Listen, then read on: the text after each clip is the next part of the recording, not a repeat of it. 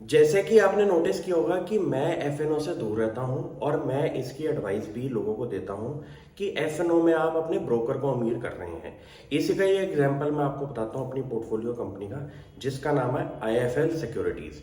Company ने इस साल के अंदर जो अपना Q1 का रिजल्ट दिखाया है उसके अंदर एक मैसिव इंप्रूवमेंट दिखाई है अपनी फाइनेंशियल परफॉर्मेंस के अंदर, जिसके अंदर उन्होंने ये बोला है कि उनके Q1 के अंदर रेवेन्यू के अंदर 39% की ग्रोथ आई है और कंपनी के प्रॉफिट आफ्टर टैक्स के अंदर अराउंड 75% की ग्रोथ आई है।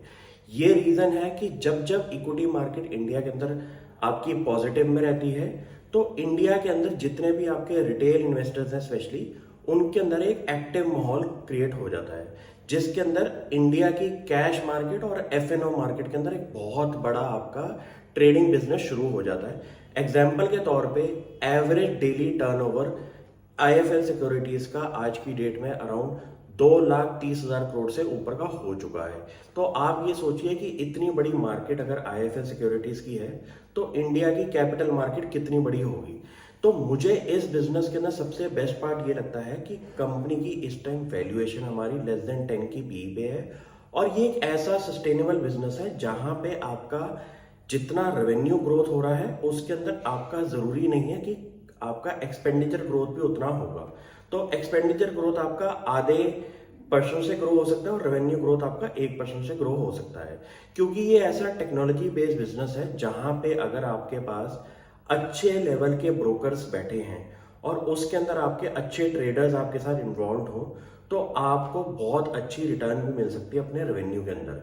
इस केस के अंदर IIFL सिक्योरिटीज के अंदर कंपनी ने अपना पूरा का पूरा बिजनेस मॉडल जो है वो पूरा कैपिटल मार्केट की तरफ रखा हुआ है, जिसके अंदर वो एक तो ब्रोकिंग बिजनेस भी रखते हैं प्लस उसके अंदर उन्होंने इन्वेस्टमेंट बैंकिंग बिजनेस भी रखा हुआ है, जिसके अंदर जितना भी आज की डेट में कंपनीज के IPOs आते हैं उसके अंदर डील ब्रोकर भी यही बनती है कंपनी IIFL सिक्योरिटीज। तो उनका एक ऐसा स्केलेबल बिजनेस है कि जैसे जैसे इंडिया की कैपिटल मार्केट ग्रो होगी तो IIFL सिक्योरिटीज का भी बिजनेस ग्रो होगा।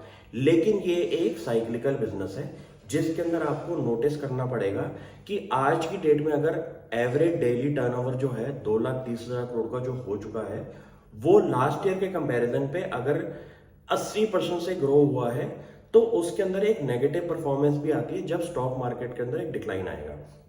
तो ये बहुत जरूरी है हर बिजनेस को समझना कि ये जब मार्केट में थोड़ा सा डिक्लाइन आएगा, लेट सपोज जैसे निफ्टी और सेंसेक्स के अंदर 10% का डिक्लाइन आएगा तो इनका डेली टर्नओवर भी कम होना शुरू हो जाता है।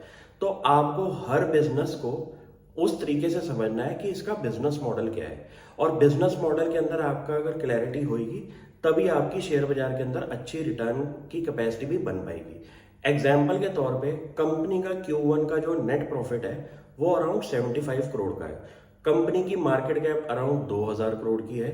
तो मुझे लगता है कि अच्छी वैल्यूएशन पे ये कंपनी ट्रेड कर रही है और कंपनी का बिजनेस मॉडल भी काफी ज्यादा वेल डाइवर्सिफाइड है। वेल डाइवर्सिफाइड के अंदर अगर मैं सारी कैटेगरीज आपको बताऊं तो आपको अच्छा लगेगा कि ये कंपनी अपना एक एन्युटी काइंड ऑफ बिजनेस भी साथ साथ में खोल रही है।